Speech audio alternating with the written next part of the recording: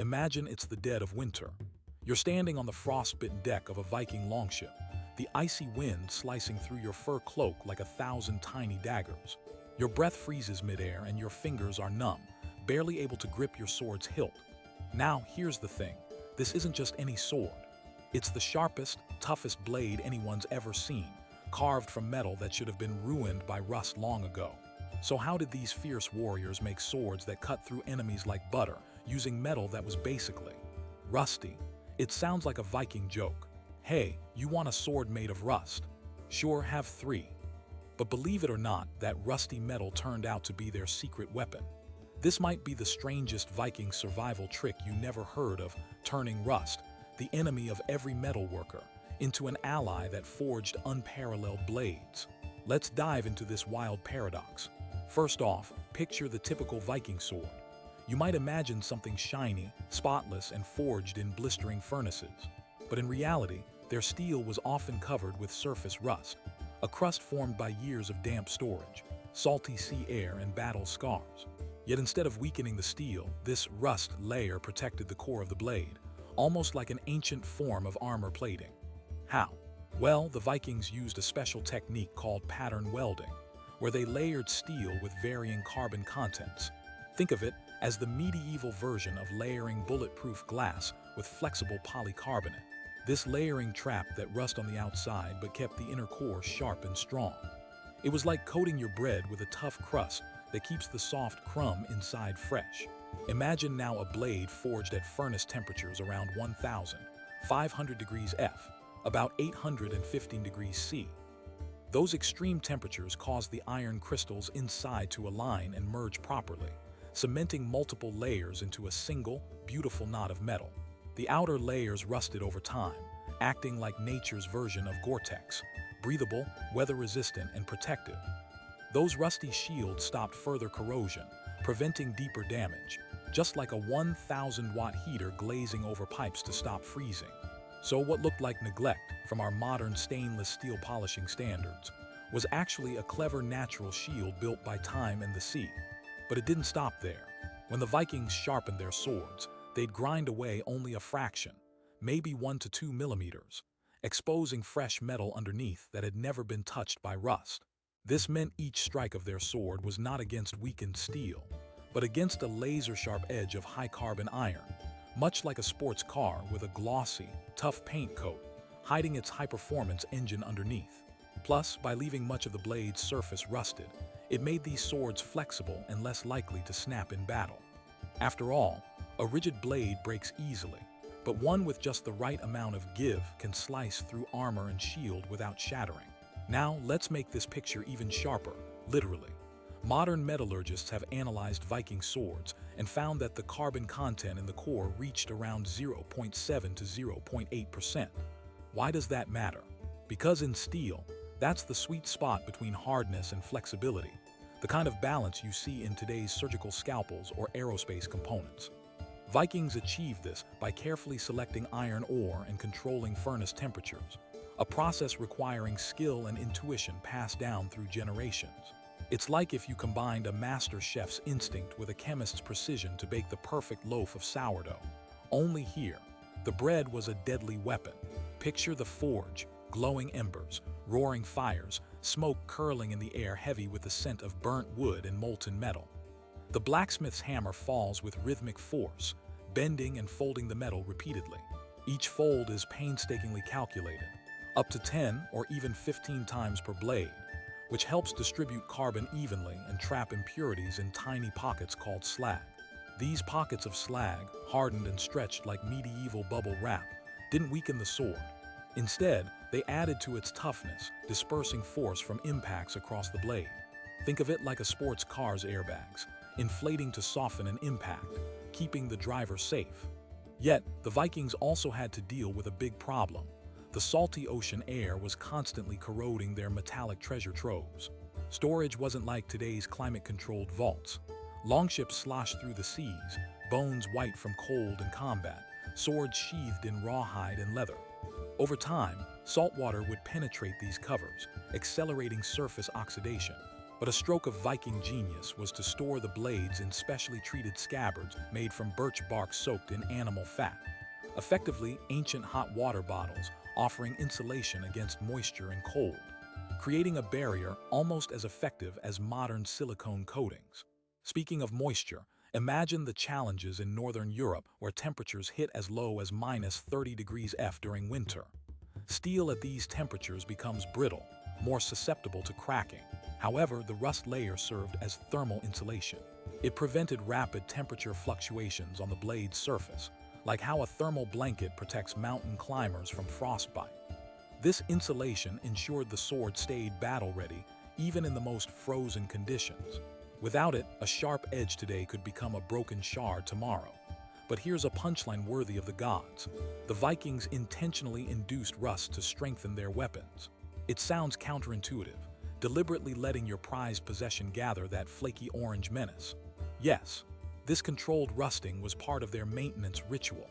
Blacksmiths and warriors would immerse blades in bog water, the peat-rich, acidic water found in northern marshes. This practice created a thin, tightly bound layer of iron oxides, which prevented deeper corrosion. You could say they were crafting a natural rust-proofing paint, centuries before scientists understood passivation layers on metals. Today, jet engines and surgical tools rely on similar oxide layers to protect metal surfaces. And here's something wild. Each sword's rust patina was unique, almost like a fingerprint. It told the tale of the blade's life, its battles, voyages, and the hands that wielded it. Collectors today value this unpredictable patterning, much like how battle scars on a tattooed warrior tell stories of courage and survival. It was as if the rust sang the song of the sea, forever binding the sword to the Vikings' identity. But even with all these tricks, the swords required regular care. Vikings carried sharpening stones, handheld whetstones made from Scandinavian sandstone measuring around 5 to 7 inches, precise for maintaining the razor edge. This daily ritual wasn't just about keeping your sword lethal. It was a moment of quiet reflection amid chaos. Imagine rubbing your blade smooth by the firelight, sharpening your mind as much as your steel. This bond elevated the sword from mere weapon to heirloom, a legacy passed from father to son, infused with family honor. Yet there's an even deeper layer, literal this time. Archaeologists have uncovered that many Viking sword blades weren't of uniform material, but combined iron with trace amounts of nickel and manganese. These elements, often found naturally in bog iron ores, acted like modern alloying additives, enhancing resistance against cracking and rusting. In a way, nature itself was partnering with Viking craftsmanship, giving them a metallic edge that seemed almost magical. So, how does all this ancient tech compare to modern knives? Consider that the average stainless steel chef's knife contains about 0.3% carbon and is designed primarily for softness and rust resistance. Viking swords had nearly triple that carbon content, and though surface rusted, their blades could slay enemies and slice through armor plate, a feat modern kitchen blades could only dream of. Meanwhile, their layered construction resembles today's Damascus steel, prized for its strength and mesmerizing patterns, showing that the Vikings were true pioneers of metallurgical innovation. But all that brilliance hinged on mastering fire and iron under brutal conditions, proving human ingenuity can shine even in the most hostile environments. The Vikings weren't just warriors. They were metallurgists, artists, and scientists of their time, using rust not as an enemy but as a partner. It makes you wonder, what other problems around us today might actually be hidden treasures, just waiting for a sharp eye and a skilled hand to turn them into something extraordinary? And that's only the beginning. Next, we'll unravel how the Vikings combined these rust-hardened swords with tactical combat techniques that made their blades dance through the battlefield like lightning. How their ships, armor, and even diet all played roles in maximizing the power of these legendary weapons. Stay tuned, because the story of Viking swords is more than metal and rust. It's a saga of survival, innovation, and the unbreakable spirit of a people forged by ice, fire, and salt. Now, let's step even deeper into the Viking forge and uncover a truth that flips everything you thought about rusty swords on its head. The Vikings weren't just passive victims of oxidation. They harnessed it, controlled it, and even accelerated it to boost their blades' power. Imagine deliberately letting your weapon grow a skin of rust in the hopes of making it stronger. Sounds crazy, right? But this was no reckless neglect. It was a calculated, almost mystical alchemy shaped by harsh northern environments and gut instinct passed through generations. Here's how it worked. After the initial forging, the blacksmiths would immerse their swords in bog water, thick, acidic water from peat-filled marshes. This wasn't just swamp water, it was nature's secret chemical bath. Why? Because bog water is rich in tannins and organic acids. When the sword soaked, an extremely thin, tightly bonded layer of iron oxide, basically rust, formed on the surface. But unlike the flaky rust you scrape off your garden tools, this oxide layer was uniform and compact, acting like a ceramic shield. Think of it as the Vikings' version of today's passivation processes in stainless steel manufacturing. It's a microscopic armor plating that slows further corrosion and maintains the blade's structural integrity, even when exposed to salty sea air and freezing rain. Imagine the stainless steel kitchen knives you have today, the ones promising rust resistance. They carefully apply chemical treatments to keep that surface smooth and impervious. The Vikings achieved the same effect naturally, centuries ago, through raw immersion in bogs. This layer also gave the swords their distinctive, somewhat mottled appearance, a rusty patina that modern collectors prize like fine aged whiskey. So the rust on a Viking sword wasn't a flaw. It was the signature of a weapon battle-tested in some of the harshest environments on Earth. But wait, how did this controlled rusting work alongside the sword's critical cutting edge, which had to be razor-sharp and untouched by rust? Well, that's where the Viking sword's layered construction came into play again. By pattern welding layers of high-carbon steel and softer iron, they created a design where the core was protected inside a rust-resistant shell, and the edge was kept pristine. The way modern multi-layered composite materials sandwich delicate cores between tough outer skins. When sharpening, only a few millimeters of this outer layer were ground down, revealing new metal beneath, fresh, rust-free, and ready to slice through the thickest chainmail or the toughest hide. But even the most carefully layered sword would shatter if struck against the wrong surface without some form of shock absorption. Here's the next Viking twist. Those tiny pockets of slag, which sound like industrial waste leftovers, actually acted like a medieval version of bubble wrap inside the blade. When the sword took a blow, the slag inclusions dispersed the force through the metal, reducing weak spots and minimizing cracks. It's a bit like the added layers in astronaut gloves that absorb tiny micrometeoroid impacts but maintain dexterity. This hazardous-looking mix was, in fact, what gave the Vikings their blades' legendary balance between flexibility and cutting power. Imagine fighting a battle on a longship deck, shrouded in freezing fog, and having your sword's surface act like ancient Gore-Tex. That's exactly what the rusty outer layers did. Breathable enough to avoid trapping harmful moisture, yet protective enough to keep the inner steel safe from brutal ocean salt and ice. The texture of this layer wasn't smooth. It was rough, patchy, and naturally weatherproof, which meant swords stayed functional longer without constant, labor-intensive maintenance. It was an organic form of weatherproofing, long before anyone thought about synthetic fabrics or polymer coatings. This old-school hydrophobic shield ensured Vikings could rely on their weapons trip after trip. And as if their metallurgy wasn't clever enough, the Vikings understood something crucial about thermal physics. Cold steel tends to snap like frozen glass under stress. At temperatures dipping down to minus 30 degrees F in their homelands, any unprotected sword would risk breaking mid-fight, a potentially fatal flaw. But the oxide rust layer served as a thermal blanket, significantly reducing the temperature swings on the sword's surface. Imagine a high-tech thermal vest for your weapon, smoothing out the harsh shocks of freezing nights and sudden thaws. This heat regulation kept the sword's edges less brittle and more resilient, giving warriors the confidence that their blade wouldn't shatter when clashing with enemy steel. Yet, the swords didn't last on their own. Daily maintenance was a sacred ritual. Picture a Viking kneeling by the firelight, the orange flames flickering against his rugged face, carefully stroking his whetstone along the blade's edge. His sharpening stone, made from Scandinavian sandstone measured precisely around 6 inches, was perfect for honing the edge to a surgical level sharpness without removing too much metal. This wasn't just practical, it was meditative, a moment of connection between warrior and weapon, a silent vow to keep the blade ready for the battles or hunts ahead. The tones of whetstone scraping steel echoed through the longhouse, mixing with the howling wind outside, symbolizing persistence and honor. Plus, remember the scabbards soaked in animal fat and birch bark. They weren't just rustic containers, they were ancient hot water bottles.